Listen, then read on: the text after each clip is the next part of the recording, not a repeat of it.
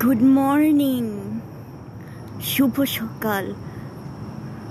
Bangla and নিজের অজান্তেই English একটু হয়ে যাবে। আজকে ভেন্ডি গাছের কাছে এই ভেন্ডি নিয়েই কত কথা। এই দেখো, নমস্তে দাদা, নমস্তে দাদা gave me the squash, but I came here to talk.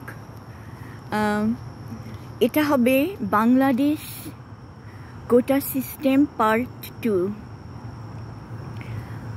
আমার দেশের মাটির গন্ধে ভরে আছে সারা মন, শ্যামল কোমল পরশ ভরা যে নেই কিছু প্রয়োজন। গান মানুষের মধ্যে মায়া ছড়ায়, বাংলাদেশের সেই গান।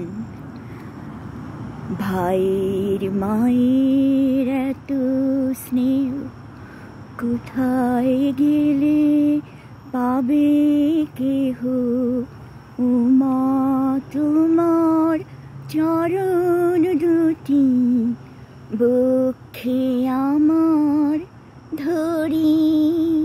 একটু একটু গান মানে গানের কথাই সুর, যত সুর মানুষের মধ্যে আসে তত এই মারামারি কাটাকাটি এগুলো বন্ধ হবে। আমি আগেই বলেছি, আমি কোনো গ্রুপ নিয়ে কথা বলি না।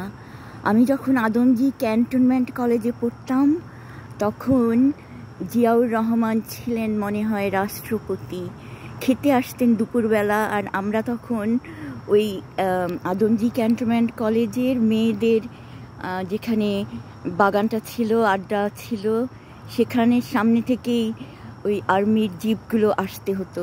কিন্তু যেদিন উনি মারা গেলেন সেদিনও কিন্তু কেঁদেছিলাম।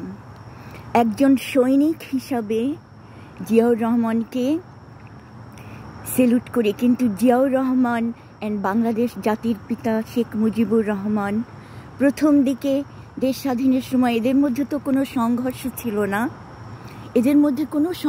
ছিল না, হঠাৎ করে এই হত্যার রাজনীতিটা কে শুরু করলো?